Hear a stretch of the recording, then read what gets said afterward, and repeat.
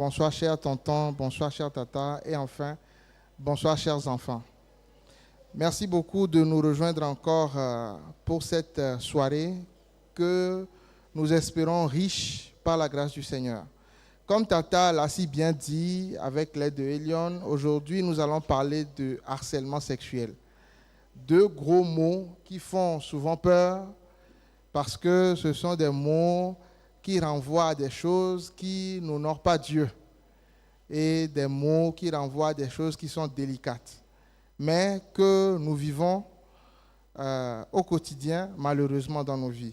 Et aujourd'hui, nous allons essayer de parler de ces choses pour comprendre c'est quoi le harcèlement sexuel, comment le prévenir, comment en guérir et surtout comment le détecter, autant pour les enfants que pour les parents. Et pour cette soirée, je vais être accompagné par des panélistes de qualité. Je vais d'abord faire honneur aux enfants parce que c'est la semaine des enfants. Je vais inviter Daniela, Manuela et JP à me rejoindre ou bien à monter sur la scène. Avec vos applaudissements, s'il vous plaît.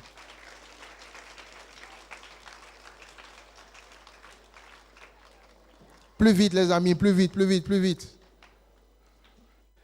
Et oui, on ne peut pas parler d'un thème aussi important sans mettre les jeunes au centre de la discussion. Il faut laisser une chaise entre vous, une chaise vide entre vous. Et enfin, je vais inviter nos tontons, nos tatas, nos parents. Je vais d'abord inviter Darren à nous rejoindre. Darren qui est des FJ, Darren qui est une de nos mamans qui depuis des années nous accompagne sur des thèmes sur l'éducation de l'enfance, sur des thèmes aussi délicats, sur la sexualité, sur le harcèlement et qui aujourd'hui va nous éclairer encore par la grâce du Seigneur. Des applaudissements pour Darren, s'il vous plaît.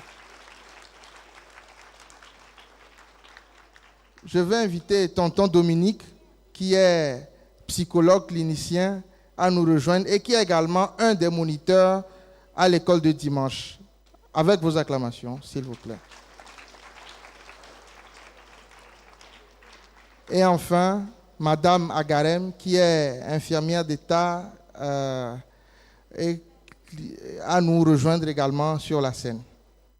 Avec vos acclamations.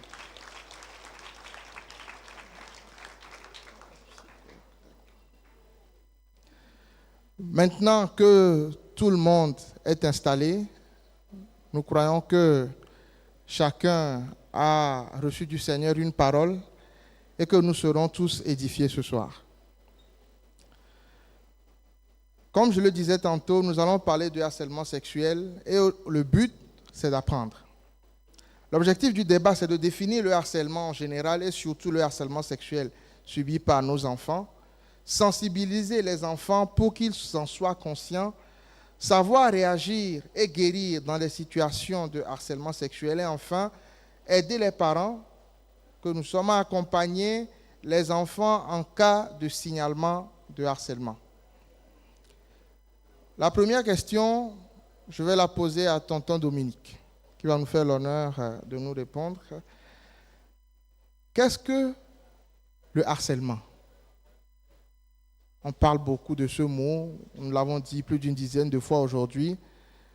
Quelle est selon vous la définition du harcèlement ? Il faut appuyer longuement sur le... Alors, d'abord, l'harcèlement, c'est un thème juridique et en même temps professionnel. On ne peut pas arrêter une définition, dire que c'est ça, mais on peut expliquer et puis il y a certains auteurs aussi qui ont donné leur approche de définition. Pour aller clairement, c'est un mode de persécution consistant à enchaîner de façon répétée des agissements, des paroles hostiles afin de démoraliser et d'affaiblir psychologiquement quelqu'un. Et en même temps, la personne obtient des avantages. L'harcèlement sert à la personne de pouvoir tirer un avantage que celui qui est harcelé ne sait pas. C'est aussi une forme de violence qui est exercée d'une façon sournoise ou bien déguisée pour pouvoir, pour que celui qui harcèle arrive à ses fins, pour aller un peu plus simple. Merci beaucoup. Darren, maintenant que nous avons la définition du mot harcèlement dans sa globalité, quand parle-t-on spécifiquement de harcèlement sexuel? S'il vous plaît.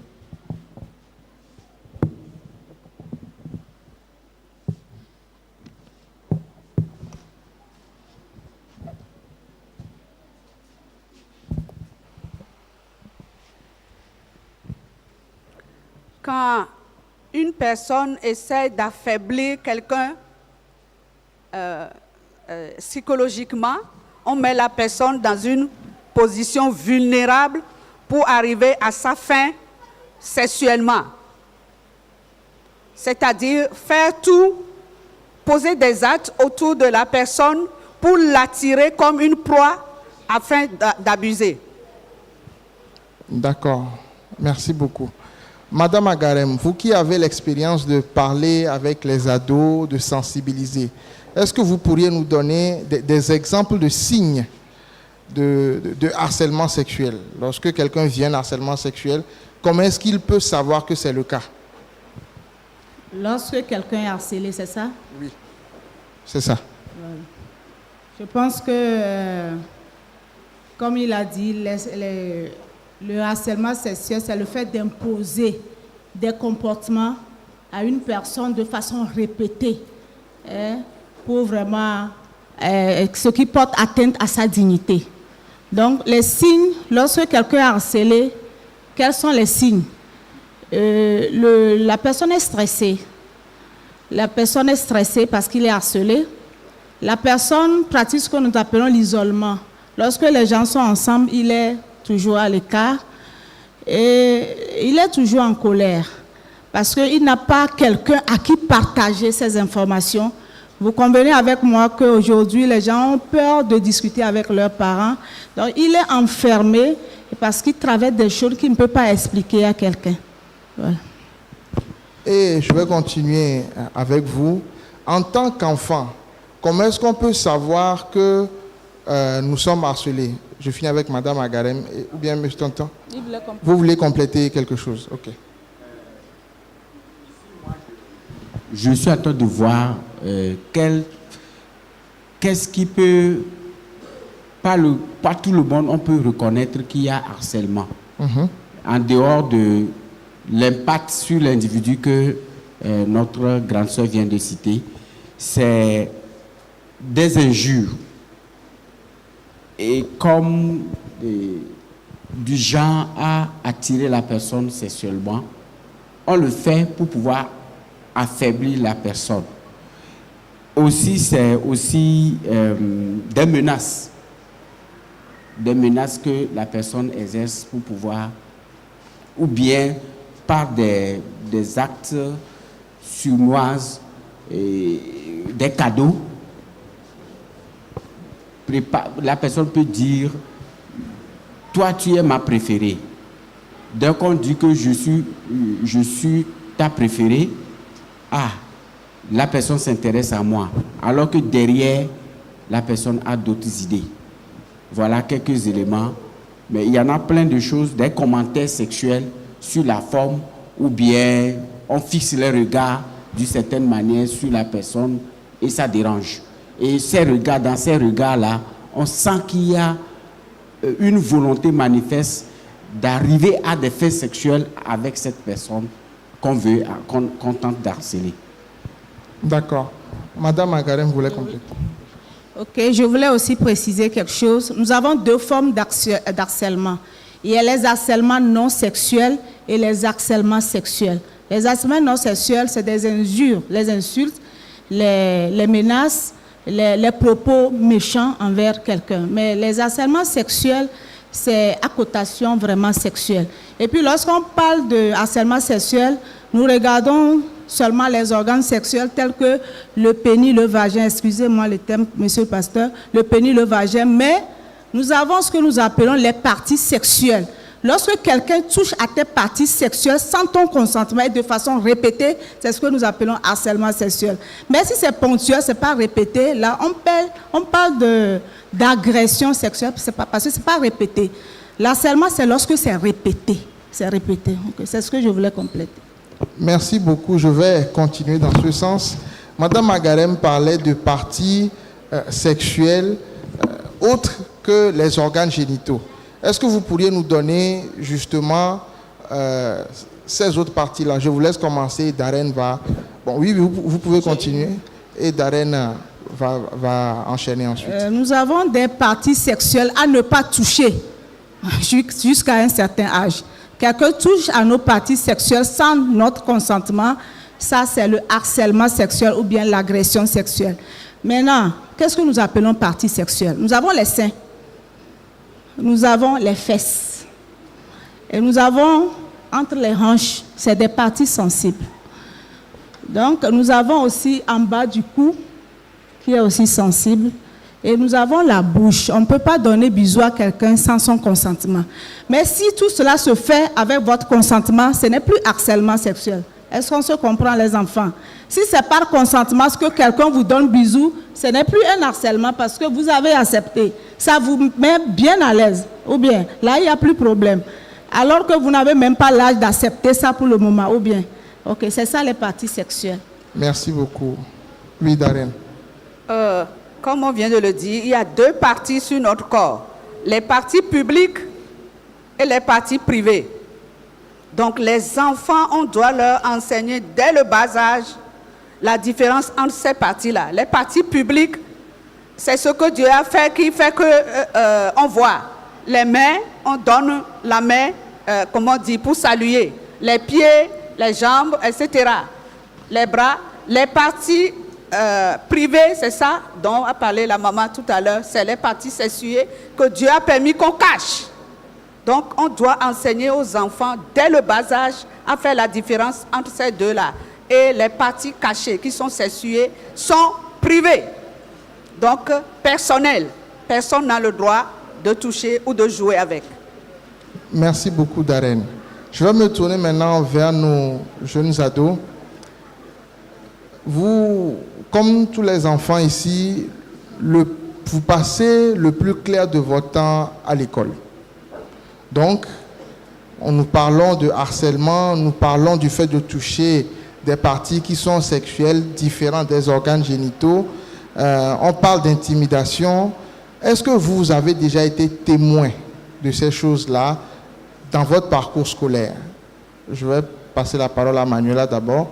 Je ne parle pas ici que vous soyez victime, mais je parle ici, je précise, de témoin. Avez-vous déjà vu, depuis que vous allez à l'école, ce genre d'intimidation sur des collègues, sur des camarades qui vous a dérangé? Moi, personnellement, je n'ai pas été témoin de tels actes. D'accord. Et parmi les deux autres panélistes, ados, JP et Daniela, oui, Daniela?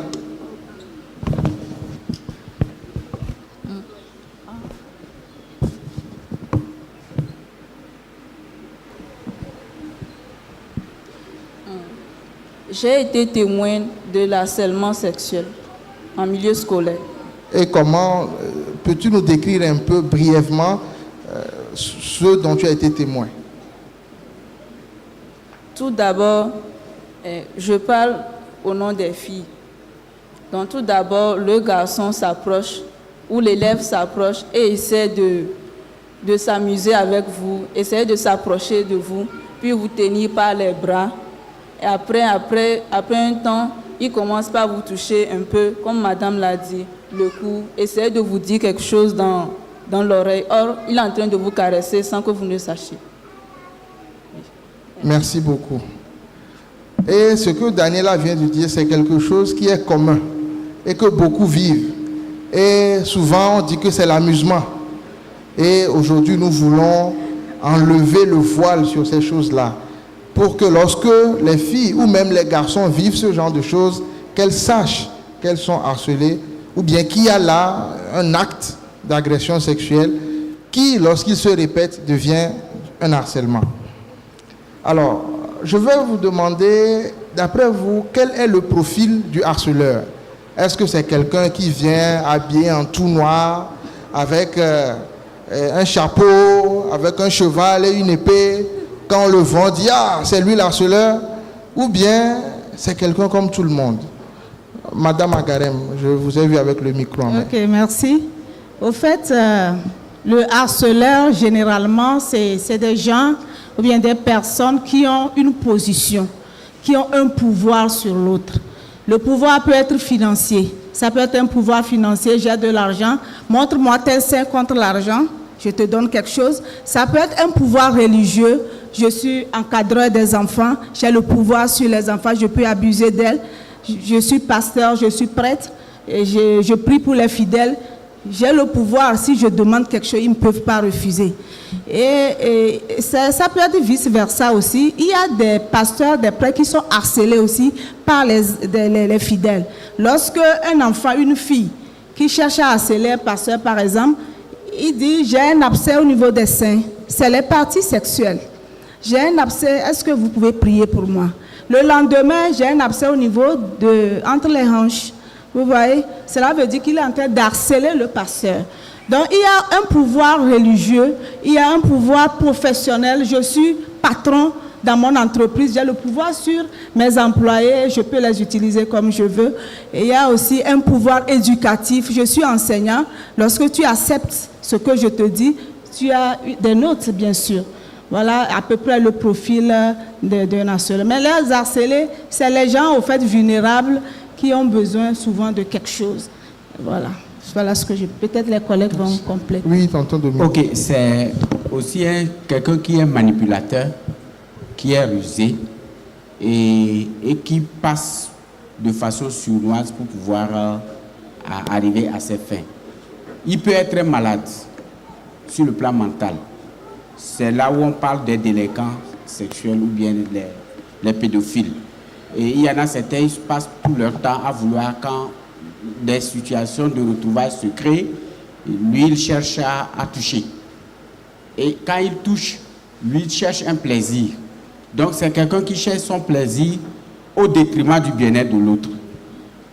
Aussi, l'harceleur, c'est celui-là, en dehors du pouvoir qu'il a, profite. C'est un profiteur. Il profite des situations pour pouvoir vouloir arriver à ses fins. Merci beaucoup, tonton Dominique. Oui, par exemple, le jeune ou l'enfant a des problèmes à la maison ou des problèmes scolaires. Comme vient de le dire le tonton, il va profiter. Ou bien l'enfant a des problèmes psychologiques, il est triste, il est en deuil, etc. Il y a aussi la gentillesse. Voilà. L'harceleur peut être une personne très, très, très gentille, à l'écoute, veut bien écouter. Les ados cherchent les gens qui les écoutent et qui leur disent « je te comprends ». Donc, voilà, ces gens de personnes utilisent ces armes-là pour harceler. Merci beaucoup. Donc, si je comprends bien, le profil type de l'harceleur, c'est quelqu'un qui a une certaine hauteur, une certaine domination par rapport à l'harceler. Maintenant, est-ce que... Bon, je voulais donner un exemple. Oui. Entre-temps, le syndicat national de la santé, beaucoup d'étudiantes qui sont dans les écoles de formation comme sages-femmes, infirmiers, se sont plaints. Parce que quand ces personnes viennent, ces jeunes étudiants viennent sur le terrain, ils ont un superviseur. Et le superviseur, c'est déjà un soignant qui est expérimenté, qui est sur le site. Et voilà, ils viennent, il n'y a pas de bourse, certains viennent dans des conditions difficiles. Alors, lui, en tant que, utilisant sa position, il profite pour pouvoir imposer ses désirs sexuels à ces jeunes filles, jusqu'à ce que certaines se sentent mal à l'aise. Il y en a certains qui cèdent, mais certains se sentent mal à l'aise et ils sont obligés d'écouter leur stage et partent ou bien quand on veut les noter, ils profitent parce que je veux des avantages auprès de cette jeune fille-là. Je passe par tous les moyens, c'est chantage de notes et puis je profite d'elle, quoi. Voilà une situation qui s'est présentée tout récemment dans l'Institut de santé au Togo, que je voulais partager avec l'assistance. Ça se passe aussi dans les écoles. Justement, Oui. Et même à la maison. Ça va être ça ma question. À l'école, par exemple, aujourd'hui, tous les enfants que nous avons vont à l'école. Très peu, c'est les plus grands qui sont à l'université. Beaucoup sont au collège, au lycée, au primaire. À l'école, est-ce qu'on a un profil? Comment est-ce que le harcèlement sexuel peut se passer à l'école? On a compris qu'il y a les enseignants, mais est-ce qu'entre camarades, c'est possible aussi? Oui, c'est possible. Je vais donner un exemple. Supposons que je suis élève et je suis ami, j'ai un ami. Et il y a un proche de l'ami qui pose ses regards, peut commencer par passer par mon ami indirectement pour m'harceler. Ça se passe auprès, c'est des choses qui sont fréquentes chez les élèves. Il peut y avoir des camarades qui, vous rentrez en classe, on fait des remarques sur votre habillement ou bien c'est votre corpulence de façon sexuée pour attirer l'attention, pour vous mettre mal à l'aise. Indirectement, c'est un langage pour vous dire que je te désire et on commence par harceler cette personne jusqu'à ce que l'harceleur arrive à ses fins. D'accord. Merci beaucoup, tonton. Madame Ankarem. En fait, je voulais ajouter quelque chose. Lorsque dans une classe, il y a des super intelligents, par exemple, l'enfant utilise son intelligence pour harceler les autres. C'est-à-dire, puisque les gens ont besoin de lui pour expliquer certains exercices, donc lorsque tu me fais voir tes seins, par exemple, je t'apprends cet exercice, je te montre cet exercice. Ou bien lors des exercices, je te montre, ou bien je t'aide à rédiger certains exercices. Voilà, ça se fait aussi. Merci beaucoup. Est-ce que parmi nos ados, JP, Manuela, Daniela, est-ce que vous avez déjà remarqué en classe l'agissement d'un camarade et qui vous a permis de discerner que cette personne-là est en train de harceler ou bien cette personne a un profil de harceleur avec des camarades? JP peut-être ou Manuela? Alors, premièrement, l'harceleur ne va pas, dans un premier temps, commencer à toucher la personne, l'harceler. Il va peut-être commencer à la suivre, peut-être de manière un peu cachée, un peu anonyme, par exemple, dans les couloirs, dans les escaliers, parce qu'il guette une certaine opportunité, une ouverture pour pouvoir passer à l'action. D'accord, donc c'est comme ça que toi tu arrives à discerner un peu le profil. Ok. Merci beaucoup. Maintenant, quelles sont les causes du harcèlement sexuel, s'il y en a? Est-ce qu'il y a des choses que nous faisons et qui favorisent en fait de vivre cet harcèlement sexuel-là? Peut-être Darren pourrait nous aider sur la question.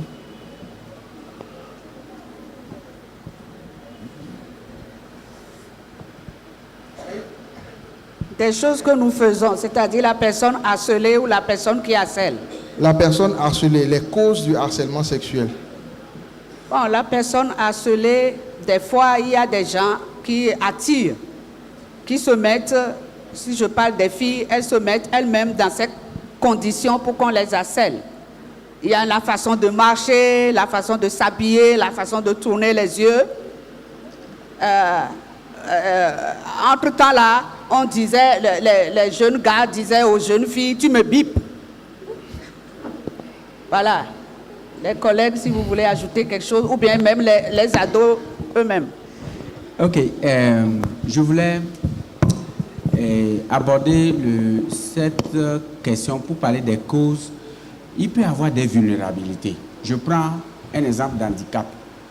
Soit c'est un handicapé, quelqu'un vivait avec un handicap visuel, auditif, et surtout mental et moteur.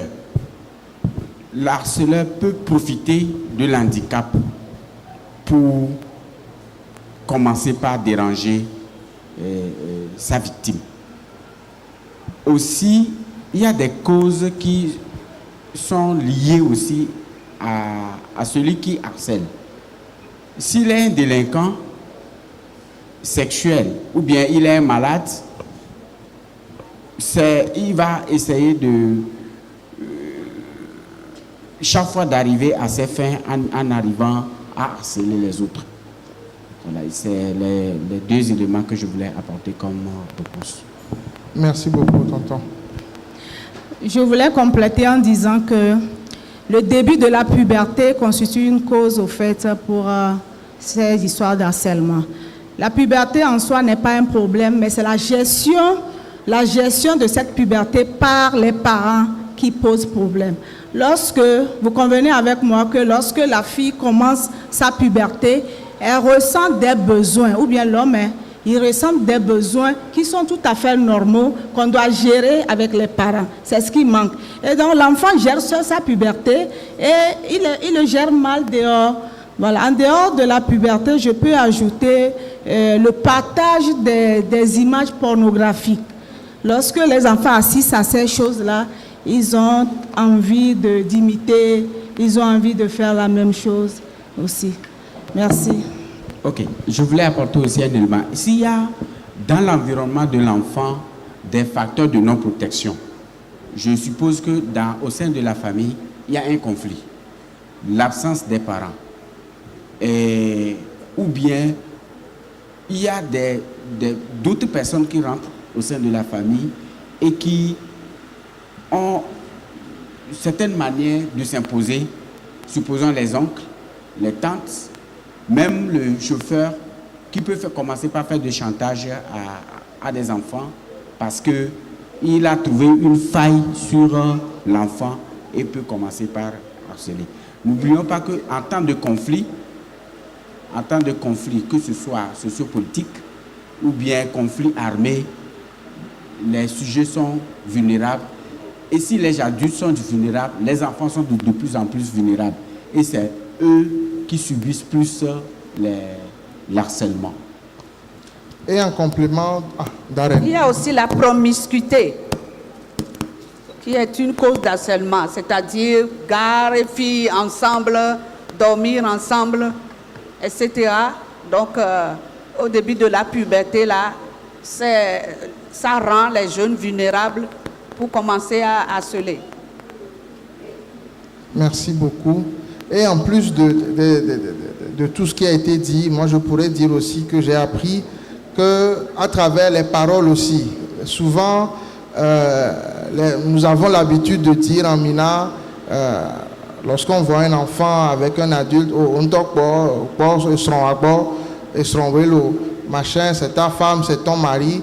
Et ça donne une force parfois à l'harceleur et malheureusement une faiblesse à l'harcelé qui est dans cette condition-là où le petit est marié dans la blague avec un adulte, souvent dans la famille, et ça crée justement des failles que les parents sont très loin d'imaginer. Nous avons parlé du harcèlement sexuel en termes de cause. Maintenant, nous allons en parler en termes de conséquences. Quelles sont les conséquences du harcèlement sexuel? D'abord, dans la vie du harcelé. Madame Agaren. Je pense que les conséquences sont énormes par rapport à l'harcelé. Il y a ce que nous appelons une baisse d'estime de soi. L'enfant n'a plus confiance en lui-même. Et donc, il se pose beaucoup de questions. Pourquoi je suis tant harcelé et tout. Il y a l'isolement aussi. L'enfant est toujours isolé dans un groupe. Il est calme, il est toujours à l'écart. Il y a ce que nous appelons également le mutilage. Si c'est mes seins qui créent problème, je les coupe. Ça se passe dans les pays développés. Je me rappelle au Burkina, une fille a dit, si moi je subis un harcèlement, je me tue. Il y a des filles qui fonctionnent comme ça. Et donc, je pense qu'ils peuvent aussi subir des troubles de stress qui peuvent conduire l'enfant à l'anorexie. L'anorexie, c'est quoi? C'est le manque d'appétit Et aussi, ça peut conduire aux troubles de sommeil, ça peut conduire au suicide. Voilà, par rapport à l'harcèlement. Merci. Oui, les conséquences, ça peut... Bon, d'abord, l'harcèlement et l'abus sont très liés. Je parle de ce principe. Si c'est très lié, donc il peut y avoir des conséquences sur le plan physique. Supposons que l'harcèlement sexuel est arrivé à ses fins, ça veut dire que sur le plan physique, supposons qu'il y a trop de différences d'âge entre l'harceleur et sa victime, il peut y avoir des traumatismes sexuels et puis transmission des infections sexuellement transmissibles. Et même, certains même arrivent à donner des coups physiques, violents physiquement la personne. Sur le plan psychologique, il peut y avoir le traumatisme du psychisme. C'est comme une voiture qui va heurter un mur ou bien un arbre. On voit le choc. Donc sur le plan psychologique, la personne est traumatisée. La personne peut présenter dans l'immédiat ou quelque temps le stress post-traumatique. Il peut y avoir la tristesse profonde. Tata a parlé de la baisse de l'estime de soi. Ici, faisons très attention. Dès que quelqu'un a été victime, à un moment donné, ça se répète, ça continue, il peut y avoir récidive sur cette personne. Donc, et finalement, la personne se laisse aller. L'enfant peut se laisser aller. Ah, ok, comme je n'ai personne, je me laisse emporter et plusieurs personnes peuvent profiter et abuser. Il y a l'aspect relationnel qui apparaît ici. Déjà, l'autorité à qui je fais confiance profite de moi et abuse de moi ou bien m'harcèle. L'enfant ou bien l'adolescent va commencer par, d'abord, va se mourir dans un silence et sa vie relationnelle et sociale va porter un coup dur. L'aspect spirituel, supposons que c'est quelqu'un qui a autorité spirituelle qui harcèle. Je peux me poser la question, la victime peut se poser la question. Et si Dieu m'aime, pourquoi je suis victime de ça? Donc il peut y avoir une crise de foi chez la victime qui est harcelée. Merci beaucoup, tonton Dominique. Il y a aussi la destruction totale de l'identité. Il y a des problèmes scolaires, beaucoup de tristesse. Ils s'abandonnent au sentiment d'insécurité, d'anxiété, de peur, de honte, de culpabilité et d'impuissance. Et l'harceleur ou l'abuseur peut devenir lui-même, l'harcelé peut devenir lui-même un harceleur ou un abuseur. Merci Darren. Au niveau de nos ados, je vais aller vers Daniela qui est la plus âgée, tu es étudiante je crois.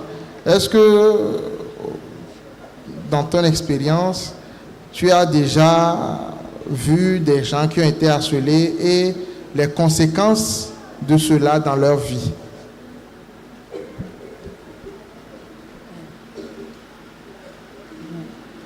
Dans ma vie, j'ai déjà rencontré des personnes qui ont été harcelées et il y a eu des conséquences graves. Vraiment, sur le plan scolaire, il y a eu des baisses des notes. D'autres ne venaient même plus à l'école parce qu'ils se disaient, il y avait des profs qui le faisaient. Donc, ils faisaient tout pour l'éviter. En se cachant, en fuyant les interrogations et devoirs parce qu'on les mettait des mauvaises notes alors qu'elles travaillaient bien. Donc, elles se disaient, oh, je travaille si bien. Et à la maison, on les grondait pour ça. On ne savait pas. Les parents ne savaient pas que c'était la raison pour laquelle elles n'avaient plus de bonnes notes. Merci beaucoup. Est-ce qu'il y a d'autres paroles? Manuela, JP? C'est bon? Ok. Et quelles sont les conséquences dans la vie du harcelé? Celui qui harcèle. Est-ce qu'il a des conséquences ou bien, bon, lui, il fait du mal et après, bon, il rentre manger sa pâte et il dort tranquillement? Je commence. Oui, Madame Akada. Ok, le harcèlement peut provoquer de graves conséquences dans la vie de l'harceleur. C'est-à-dire, ça peut créer ce que nous appelons un sentiment de culpabilité, de honte, de regret. Parce que quelque part, à un moment donné, il serait renfermé sur lui-même pour dire pourquoi je cours derrière les gens qui ne m'aiment pas, qu'est-ce qui se passe et tout. Il a honte quelque part et tout. Il y a une autre conséquence très grave. Il peut subir également des conséquences juridiques et sociales.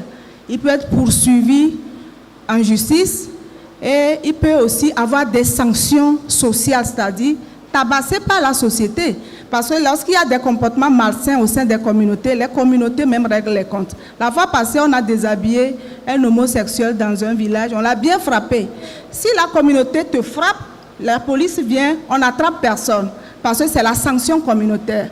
Donc lorsque tu harcèles à un moment donné, même si on ne te conduit pas à la justice, la société même peut régler son compte un jour. Et on peut te lyncher, c'est possible. Donc c'est des conséquences très graves. Si quelqu'un est harcelé, il doit arrêter parce que ce qu'il attend, c'est pas trop bien. Merci beaucoup, maman. Et j'ai suivi un documentaire. Bon, ce n'est pas, c'est en Occident. Et il y a eu certains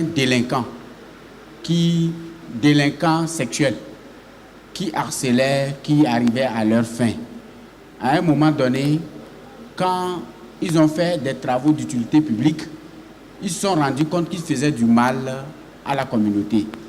Et qu'est-ce qu'ils ont fait? Ils se sont regroupés et ils sont allés se faire castrer. Maintenant, ils veulent régler le compte à tous ceux qui éventuellement vont s'aventurer pour harceler. Donc, ils vont se prendre comme des justiciers et vouloir maintenant corriger des éventuels harceleurs. C'est pour aller dans le sens en se culpabilisant, la personne va au-delà jusqu'à vouloir poser des actes pour... C'est comme je veux protéger l'humanité maintenant. Et je voudrais dire à l'endroit de nos enfants qui sont 6 à l'école que nous avons 2 types d'harceleurs. Il y a l'harceleur actif dont nous avons parlé, dont nous parlons, et l'harceleur passif. L'harceleur passif, c'est lorsque vous êtes dans un groupe d'amis et il y a une tête de groupe qui passe son temps à se moquer ou bien à toucher un camarade ou une camarade sur des parties qui ne sont pas autorisées et que vous riez et que vous acclamez. Quand vous faites ça, vous êtes aussi des harceleurs passifs. Vous ne faites pas, mais vous participez. Et tout ce que nous venons, les tontons, les tatas viennent de dire, vous êtes concernés aussi. Les enfants qui sont harceleurs passifs, les tontons, les tatas, toute personne qui est harceleur passif est concernée par ces troubles-là et cette culpabilité et même ce sentiment de péché dont les tontons, les tatas viennent de nous parler. Et il est important de savoir également, lorsque nous sommes enfants, qu'est-ce que nous devons faire lorsque nous sommes victimes de harcèlement sexuel? Darren. Il faut parler. Darren, je vous prie, on donne la parole à Daniela, Emmanuela et puis Jean-Philippe de nous dire s'ils sont victimes ou bien si c'est leurs frères qui sont victimes, qui nous disent ce qu'ils peuvent faire, ce que la personne doit faire, comme ça nous on va compléter.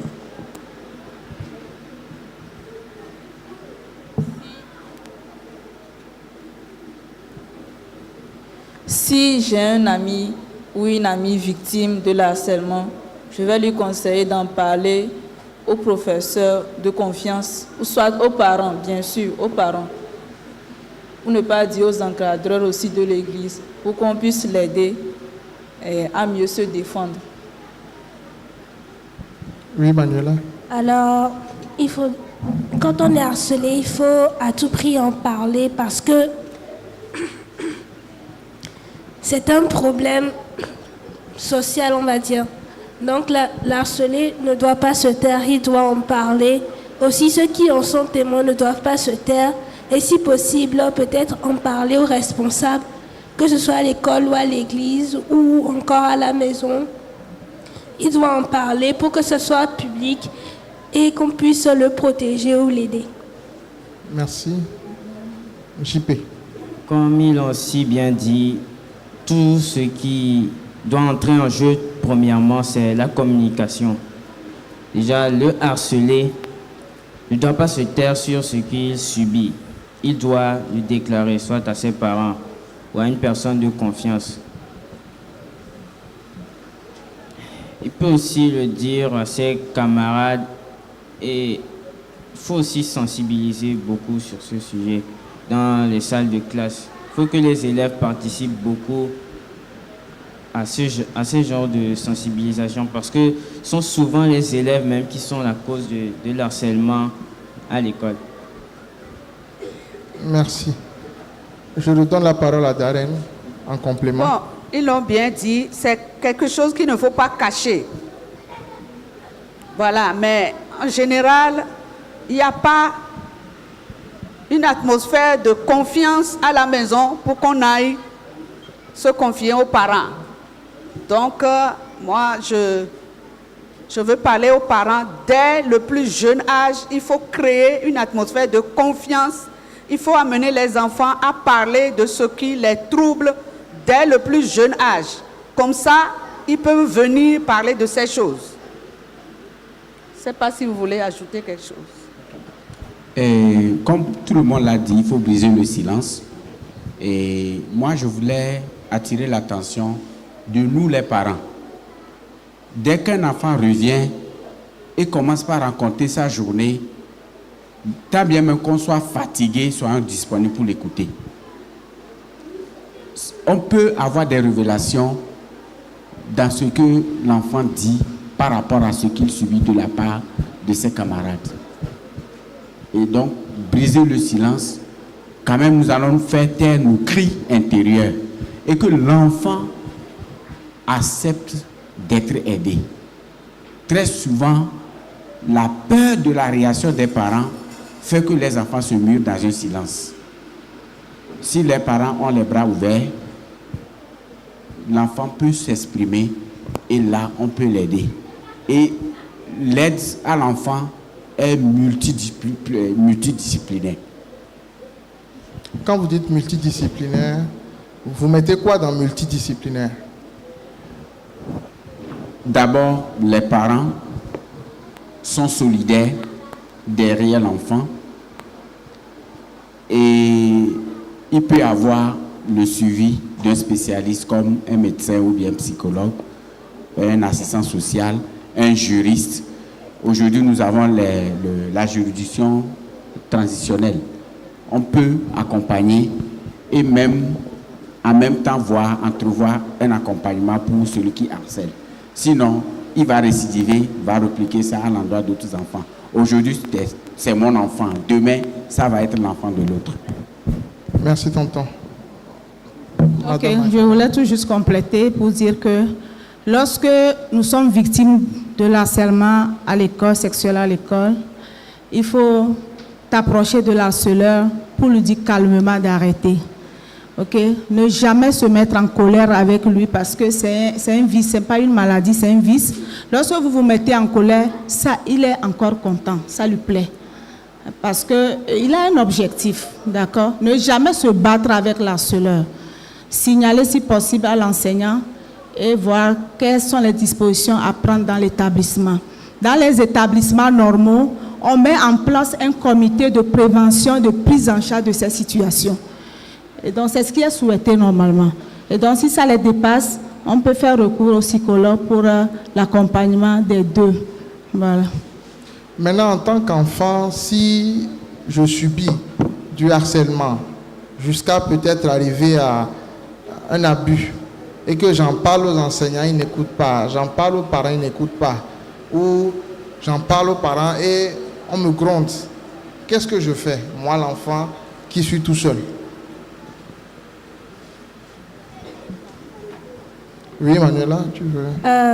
Bon, si à la maison ça ne va pas, qu'il n'y a pas de personne, soi-disant dites de confiance dans la famille ou dans l'entourage, comme les amis, les professeurs ou les responsables de l'école, il faut aller à la police parce que le harcèlement sexuel, comme tout autre harcèlement, c'est un crime qui est puni par la loi.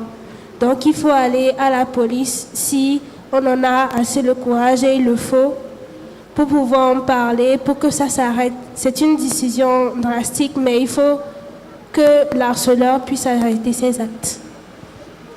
Merci beaucoup. D'autres réactions? Oui, je crois qu'il y a une ligne verte à Kofa. Il y a une ligne verte au Togo. Je n'ai pas mon portable avec moi, sinon j'allais donner. Si un enfant se sent harcelé, peut appeler la ligne verte pour dire que je me sens en danger. Parce que c'est un danger. Si ça continue, l'harceleur peut arriver à ses fins. C'est une interpellation de nous les adultes. Nous avons nos pasteurs, nous avons les tontons, les tatas. Il est préférable que dans vos classes, vous ayez un tonton ou bien une tata à qui vous faites attention.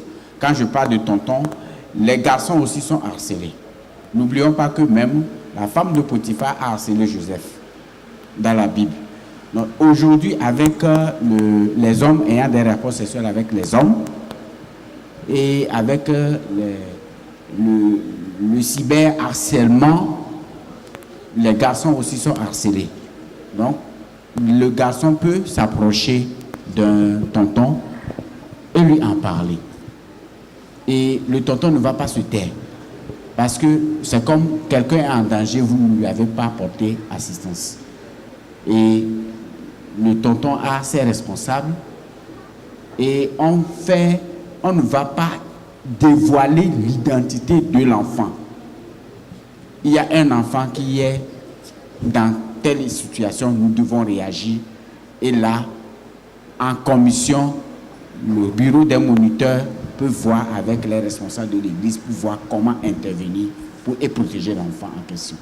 S'il faut faire des démarches, s'il faut aller même très loin, il faut le faire. Parce que quand les lois sont là, on ne l'applique pas. Ou bien on fait... nous regardons la face des hommes avant de pouvoir appliquer les lois. Il y a des victimes qui subissent tellement dans le silence. Donc il faut aller très loin. S'il faut aller très loin, il faut aller. Merci beaucoup, tonton. Dans nos familles en Afrique, on vit aussi le harcèlement sexuel. Et c'est un sujet même tabou lorsque on se rend compte que l'enfant a été abusé par un cousin, par un oncle ou une tante. C'est très, très, très difficile avec nos coutumes de pouvoir régler ce genre de situation. Alors, lorsque nous sommes parents et que nous nous rendons compte que notre enfant est harcelé par un membre de la famille, que pouvons-nous faire? Je pose la question à Madame Akarem qui veut...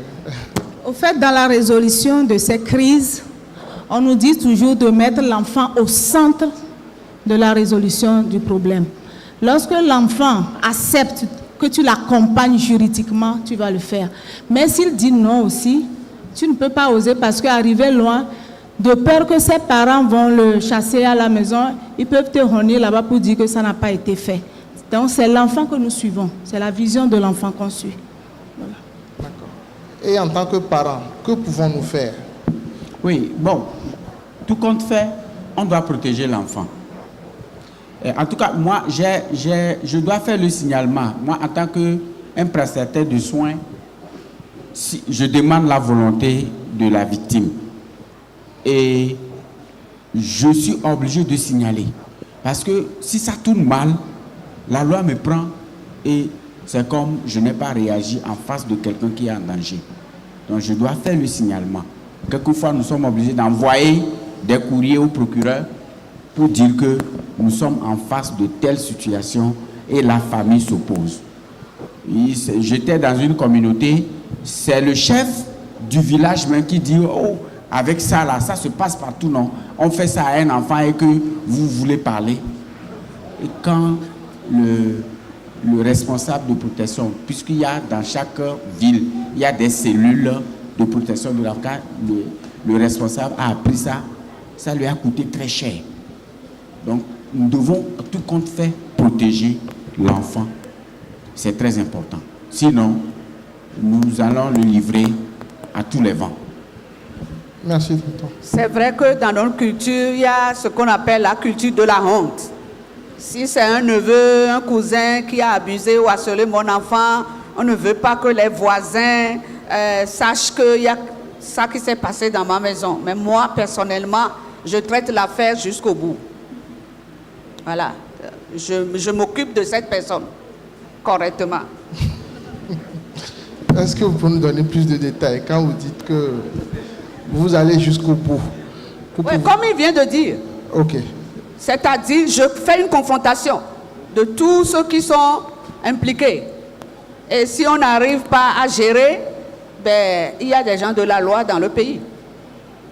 Et puis, ce cousin, parce qu'en général, en Afrique, c'est rare qu'on soit papa, maman et les enfants.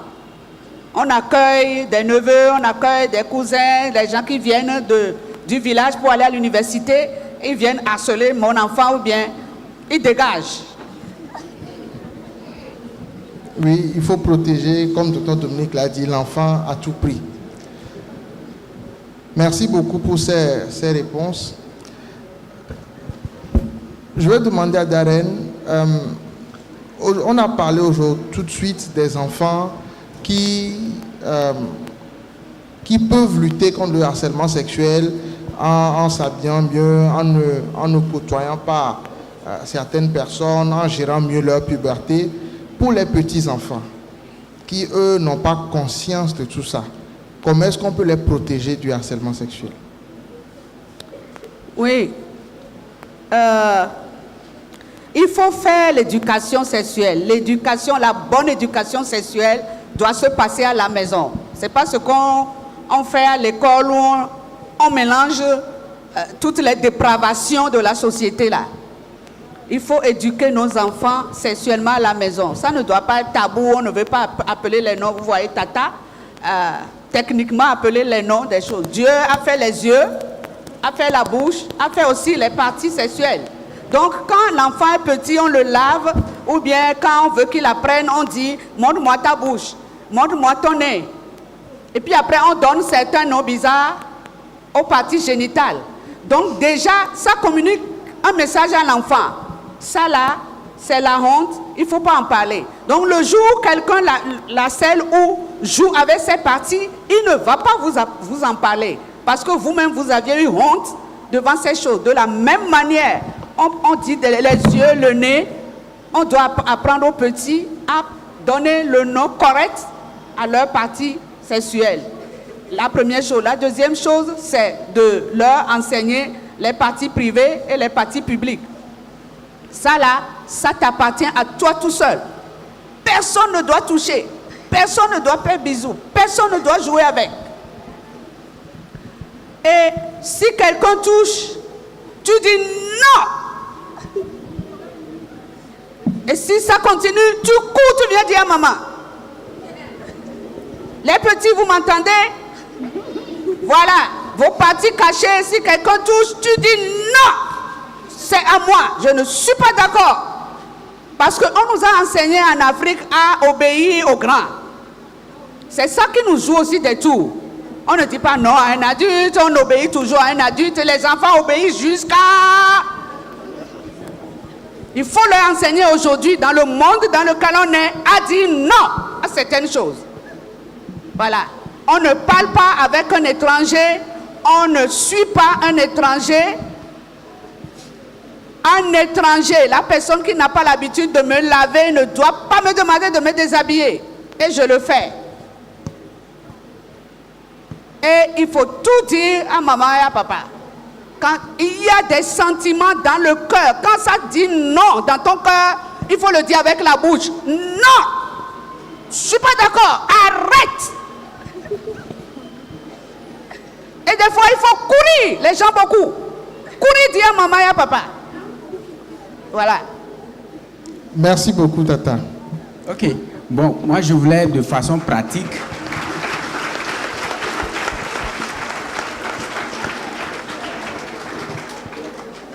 je voulais de façon pratique dans nos salles de classe, même à l'école de dimanche. Tata peut amener une marionnette ou bien une poupée et montrer aux enfants où est-ce qu'on peut toucher pour toi, comme Tata vient de le dire, et que je serai d'accord. Où est-ce qu'on ne doit pas toucher pour moi? Et on montre aux enfants.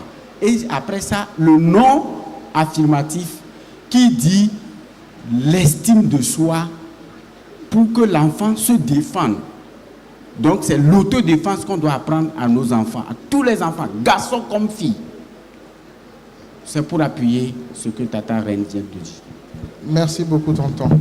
Et enfin, la dernière question va nous amener vers la guérison. Est-il possible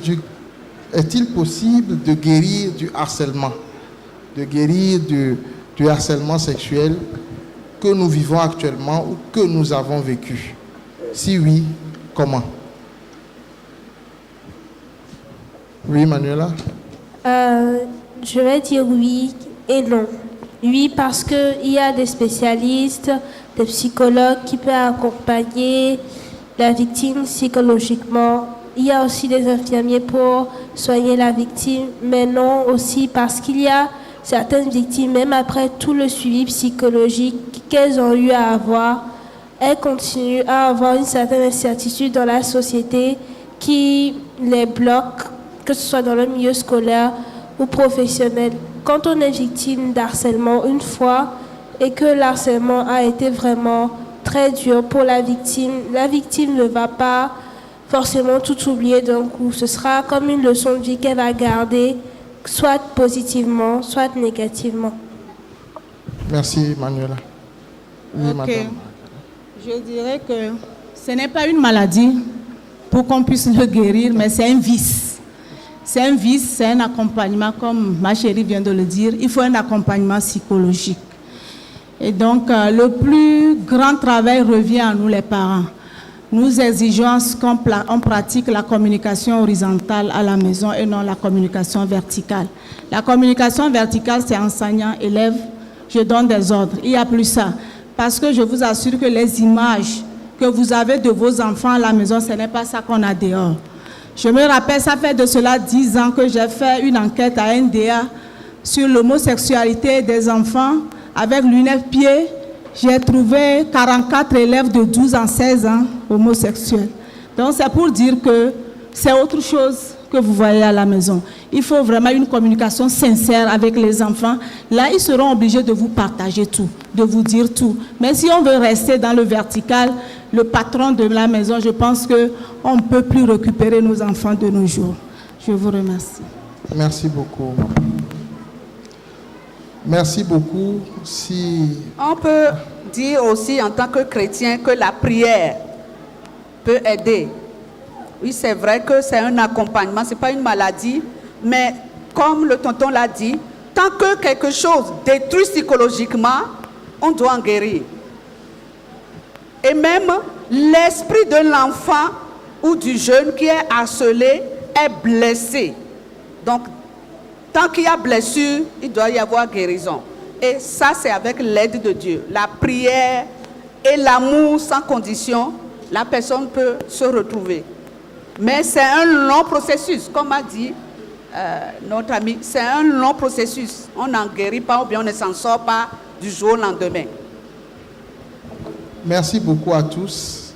Nous retenons donc de ces échanges-là. Pardon, tonton. Et je voulais qu'on fasse un cap sur le cyberharcèlement parce que beaucoup de nos enfants utilisent tablettes et portables sans le contrôle parental. Et beaucoup d'harceleurs, même leurs amis passent par là, on envoie des images pornographiques ou bien n'importe quelle image obscène pour attirer l'attention, pour déjà commencer par conditionner les enfants et profiter d'eux. Et c'est aussi une invitation pour que tous les parents d'abord contrôlent ce que leurs enfants font, activent le contrôle parental sur le portable de leurs enfants. Et même actuellement, sur certains sites, quand vous voulez aller, on vous demande est-ce que vous avez 18 ans. Et c'est très important parce que c'est en vogue aujourd'hui. Et c'est aussi... nos enfants sont touchés par là. Merci beaucoup, tonton. Je vais maintenant me tourner vers l'auditoire. Est-ce qu'il y aurait des questions? Si oui, on pourrait en prendre en 2, 3 questions. Des enfants comme des parents ou de toute personne qui aurait une interrogation. Il suffit de lever la main et le micro viendra à vous. Ou tout a tellement été clair.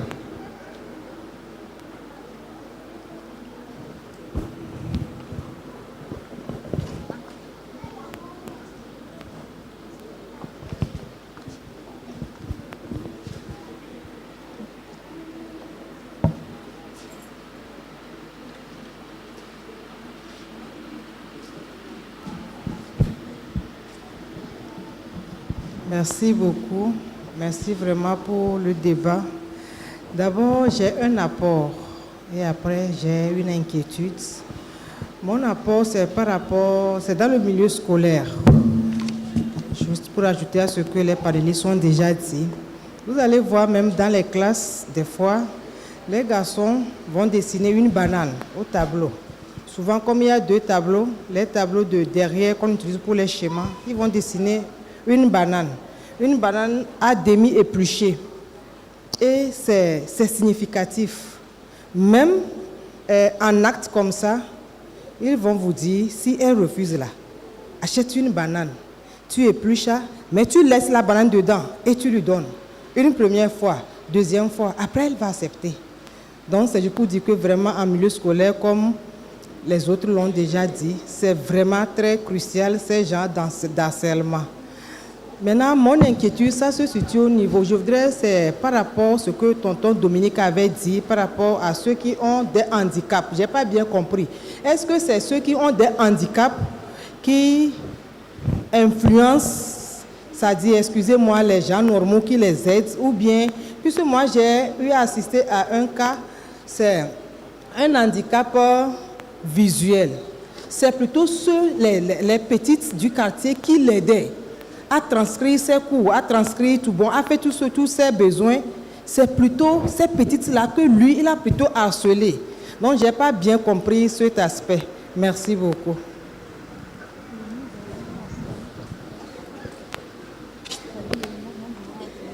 C'est dans les deux sens. Ça, c'est un adulte qui souffre d'handicap visuel. Mais là, très souvent, on constate que ceux qui sont en situation d'handicap sont victimes d'harcèlement, voire d'abus. Maintenant, lui, il est un adulte, il sait que les enfants l'aident, il profite. C'est une situation qui s'est créée, c'est un contexte, et que lui, il profite. C'est possible. Et c'est là où il faut protéger ces enfants-là, sinon, lui va... Personne ne va l'aider. Personne ne va l'aider, mais il va profiter de ses enfants parce qu'il est en situation de handicap et que ça fait pitié aux enfants et il profite. Merci beaucoup pour votre remarque. Merci pour l'apport aussi. Oui, Tata Charlotte. Il faut appuyer un peu. Allô? Ok, d'accord. Bonsoir, c'est Charlotte. Mon intervention va se poser sur 2 points. Le premier, c'est, je voudrais rappeler à tous les chrétiens que c'est Dieu qui a créé le sexe. C'est Dieu qui a créé le sexe. Quand il créait l'homme, il n'a pas laissé cette partie-là au diable pour venir créer le sexe. Parce que moi, je trouve aujourd'hui, en 2023, que c'est inacceptable encore dans l'Église de demander pardon au pasteur avant de parler du sexe. Parce que tout à l'heure, quand madame voulait parler du sexe, qui ici dans cette salle n'a pas de sexe? Est-ce que Dieu a fait une erreur de créer le sexe à l'homme? Je ne sais pas. Je pense que nous nous sommes compris. Même le pasteur sait que c'est Dieu qui a créé le sexe et que les prochaines fois, on ne va plus demander pardon au pasteur ou bien à qui que ce soit avant de parler de la sexualité. On est en 2023, tous les enfants savent que la sexualité est en un clic de doigt. Donc, d'abord, c'est le premier point. Et le deuxième point, surtout, je crois que c'est à la fin que le tonton Dominique en a parlé. Il y a actuellement, au niveau numérique aussi. Aujourd'hui, les enfants ont à portée de main les portables et tout. Ils s'envoient des messages à connotation sexuelle qu'on appelle aujourd'hui le sexting. Le sexting, vous pouvez aller, bon, puisqu'il n'y a plus assez de temps, vous pouvez aller faire des recherches. Les messages que les uns et les autres envoient, demandant d'envoyer les photos des parties intimes, ou bien c'est des messages subliminaux que la tata vient de parler tout à l'heure. Voilà, c'est des choses qui sont subtiles, mais qui créent une sensation sensuelle dans le corps de l'adolescent qui reçoit ce genre de messages, par exemple. Donc, il y a le sexting aujourd'hui que les enfants s'envoient via les réseaux sociaux. Donc, on n'a plus, j'ai seulement 2 messages, et il y a l'asserment au niveau numérique, et je crois que jusqu'à présent, c'est Dieu qui a créé le sexe. Merci. On ne va plus demander pardon avant de parler de sexe. Merci, Tata Charlotte. Une dernière intervention avant qu'on ne passe à la conclusion.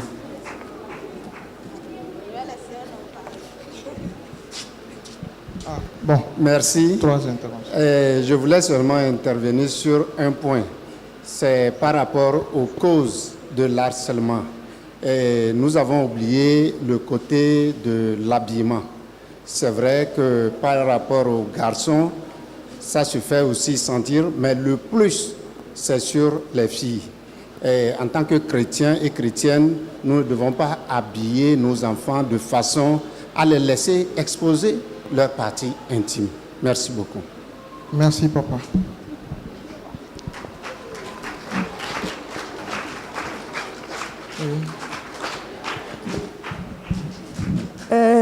Moi, j'aimerais, disons qu'aujourd'hui, l'homosexualité est grandie partout dans le monde. Et j'aimerais demander à l'auditoire s'ils peuvent nous expliquer comment les homosexuels arrivent à enrôler les enfants. Merci. Qui veut se lancer? Bon, Madame Agarem, peut-être. Ok, je vais commencer, les autres vont terminer. Au fait, c'est une réalité, on ne peut pas le cacher, c'est une réalité. Je viens de dire que j'avais fait une enquête à NDA où j'ai découvert 44 homosexuels de 12 à 16 ans. C'est vrai que le ministère de la Santé ne nous autorise pas à aller toucher les comportements des gens. Lorsque vous allez, vous parlez du VIH et vous partez. Mais nous sommes obligés en tant que parents d'aller au-delà pour savoir qu'est-ce qui s'est passé au fait. Lorsque nous sommes rentrés pour poser des questions à ces enfants, la première réponse qu'il faut retenir, c'est que c'est lors des semaines culturelles que les homos viennent faire la cour à nos enfants. Et la deuxième réalité, c'est que il y a une partie des enfants qui ont eu à nous dire que, au fait, c'est en contrepartie de l'argent. C'est un réseau qui a de l'argent. Aujourd'hui, je peux dire au ministère que nous avons comptabilisé au moins 80 000 homosexuels au Togo. Parce que dans le domaine du VIH, c'est vrai qu'il n'y a aucune loi qui les protège au Togo, mais le ministère de la Santé les tolère parce que lorsqu'on parle de santé pour tous, nul n'est épargné. On ne peut pas refuser de soigner un homo parce qu'il est homo. Lorsqu'on parle de santé pour tous, tout le monde est dans le lot.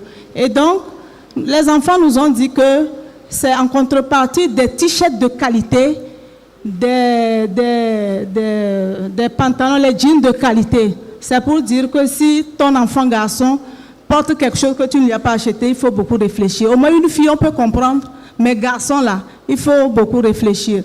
Et donc, un rapport sexuel, c'est 20 000 francs qu'on donnait à ces enfants-là. D'autres m'ont dit que depuis qu'ils sont nés, ils n'ont jamais vu fille, ça les a intéressés. Il y a des garçons qui nous ont dit ça. Ils sont à l'aise avec des garçons. Donc je pense que ça, peut-être c'est spirituel. S'il y a quelqu'un qui est dans ce cas comme ça, dans cette chapelle, il n'a qu'à rapidement voir le pasteur qu'on prie pour lui. C'est purement spirituel. Parce qu'une fille ne lui dit rien. Il y a d'autres qui nous ont dit que c'est le suivisme. Et aujourd'hui, mes enfants garçons, lorsque vous entendez ces propos, orientation sexuelle, c'est eux ça. Nous sommes branchés dans la nouvelle génération, c'est eux. C'est l'homme qui choisit son sexe, c'est eux. Donc lorsque vous avez des propos comme ça, il faut carrément fuir parce que les expériences que nous avons dans ce domaine, les homosexuels ne violent personne. Ils ne violent pas, ils sont très doux, ils sont calmes. Ils peuvent prendre 2 ans pour avoir ton enfant. Et lorsque ton enfant va accepter, toi le parent, si tu oses, il peut te trangler à la maison parce qu'on a fait ce qu'on appelle lavage de cerveau à ton enfant. Maintenant, il est dedans, il est branché. Il se dit qu'il est branché dans la nouvelle génération. Donc voilà à peu près ce que moi je peux dire par rapport aux homos. Ils sont là, ils sont organisés en association et nous on travaille avec eux dans le domaine du VIH tout juste parce que lorsqu'on avait fait une enquête, l'enquête a révélé que le taux de prévalence était élevé dans ces groupes cibles-là. Maintenant, on ne peut pas vouloir finir avec le VIH en 2030 si nous ne travaillons pas avec ces gens là où il y a plein de VIH, c'est tout le problème. Donc on nous oblige à travailler avec eux pour vraiment couper la chaîne de transmission d'ici 2030. Je vous remercie. Merci beaucoup. Amen. C'est vraiment une réalité. Moi, je suis dedans tous les jours. Pas plus qu'hier, il y a eu un atelier de groupe des populations clés. Nous les appelons populations clés. Soit c'est des professionnels de sexe ou bien c'est des hommes ayant des rapports sexuels avec les hommes. Ils recrutent parmi les élèves et étudiants. Parce qu'il y en a certains qui sont en situation de vulnérabilité sociale, financière, et c'est des gens, comme Tata l'a dit, qui ont les moyens et ils les recrutent. Et il faut ouvrir grandement nos oreilles, écouter nos ados, prendre vraiment soin d'eux, avoir du temps de qualité avec eux parce qu'ils sont vraiment la cible aujourd'hui. Merci. J'ai un message pour nous les parents. Tata vient de dire que c'est spirituel. Il y a la première cause, quand moi j'ai fait mes études, la première cause de l'homosexualité, c'est le rejet de l'enfant en tant que garçon ou en tant que fille. Quand on est enceinte ou bien on a mis enceinte et on nous annonce le sexe, on dit je ne veux pas. L'enfant a déjà un rejet en tant que garçon ou en tant que fille depuis le ventre. Donc ça va faire son travail jusqu'à ce qu'il devienne homosexuel. C'est l'une des raisons. Donc, si Dieu nous donne 7 filles, nous sommes Jéthro. Et c'est l'une d'elles qui était la femme de Moïse. Il sait pourquoi il nous a donné 7 filles. Il sait pourquoi il nous a donné 3 garçons. Déjà, quand on est enceinte, on dit... j'ai déjà 3 filles, celui-là sera garçon, celui-là sera garçon, et puis après on découvre que c'est une fille. Ça commence là-bas. Donc, faisons très attention. Si nous avons rejeté le sexe d'un de nos enfants, prenons du temps avec lui et demandons-lui pardon. Parce que le monde, la société a déjà mis tout à l'œuvre pour récupérer cela. Je ne me sens pas garçon. Ça vient des parents. On l'avait rejeté. Il y a beaucoup de messages que l'enfant reçoit dans le ventre et qui créent des conséquences après. Voilà, donc il y a ça.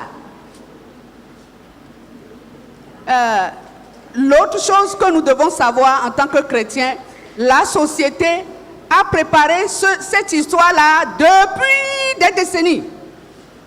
Nous, on est toujours les derniers. Excusez-moi, en tant que chrétien. Donc, là maintenant, on est en train d'apprendre que l'OMS, je ne sais pas, les États-Unis ont un programme où déjà dès la maternelle, on amène les petits à se masturber et à avoir relation gaga, fille, déjà dès la maternelle. Nous les chrétiens, nous sommes où et comment nous allons réagir? C'est la question que je nous laisse ce soir. Ça va bien dans ma maison, je suis... Non, non, non, nous devons nous lever et travailler. Voilà, donc c'est ces deux choses que j'aimerais nous laisser en tant que parents. Amen. Ce qui vient là, c'est pas possible, c'est très grave. Et nous ne pouvons pas tout simplement rester à dormir. Merci beaucoup, Darren. Alléluia. Une dernière question. Merci beaucoup, maman. Parce que ce que je voulais ajouter et remercier la maman premièrement. Donc, il y a encore des ajouts. Donc, premièrement, pour les homosexuels, bon, dans nos enfances, souvent les parents, ils disent que nous allons amener nos enfants avec telle famille parce qu'ils sont des amis, ils sont des camarades de classe. Parfois, il y a les parents qui mettent leurs enfants dans l'autre côté comme ça pendant 3 jours ou bien pendant les vacances que ce sont nos amis. Vous ne savez pas ce qui se passe là-bas. Même moi, depuis, je n'aime pas ça. Parce qu'on ne sait pas ce qui se joue là-bas. Je dis aujourd'hui que c'est ça qui a amené beaucoup de homosexuels et pédophilie là. Bon, deuxième partie, c'est que nous devons faire amis avec nos enfants. Parce que tout ce qu'on dit aujourd'hui là, ça commence depuis longtemps. Quelque part, c'est Dieu qui nous a aidés, et quelques-uns. Donc, nous devons faire amis avec nos enfants. Tellement que nous devons les dire que chaque chose a son temps. Chaque chose a son temps. Moi, j'avais ma fille, ma grande fille, qu'à chaque fois, elle pose trop de questions. Tellement qu'il y a les questions, s'il pose à son père dit, va voir ta maman. Des fois, les questions sont grandes plus que moi. Mais tu dois les répondre. Et si nous allons répondre à nos enfants, nous ne devons pas les mentir. Mais il faut les dire qu'en ce temps que ça doit passer, en ce temps que ça doit passer. Il y a beaucoup de filles dans le monde maintenant, à partir de 10 ans, je peux dire, même ici, ils sont des victimes. Que Dieu nous aide à prier pour eux, à les faire amis. Si quelque chose se passe, de nous demander pour savoir comment nous devons les répondre. Que le Seigneur nous aide. Amen. Amen. Merci beaucoup, maman. Merci beaucoup à tous les intervenants. Je pense que nous pourrions passer encore 1 heure sur le sujet, mais le temps file et nous devons passer à la suite. Nous remercions le Seigneur pour ce temps de qualité que nous avons passé. Dans Osée 4, verset 6, il est dit que mon peuple meurt faute de connaissance. Aujourd'hui, nous avons eu, par la grâce de Dieu, de la connaissance sur ce sujet dont je pense que nous ne parlons pas souvent. Nous ne parlons pas souvent parce que nous n'en parlons pas souvent, parce que c'est un sujet délicat, on n'arrive pas forcément à trouver les mots.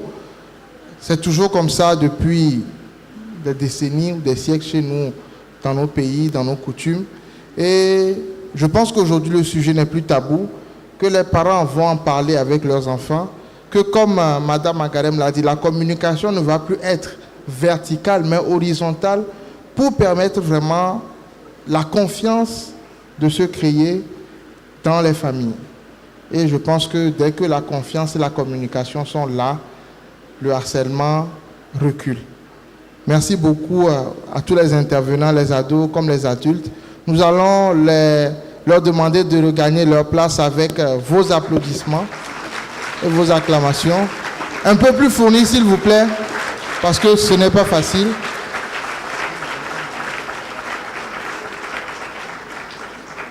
Et je vais laisser la place au pasteur principal pour son mot de conclusion sur le sujet. Merci.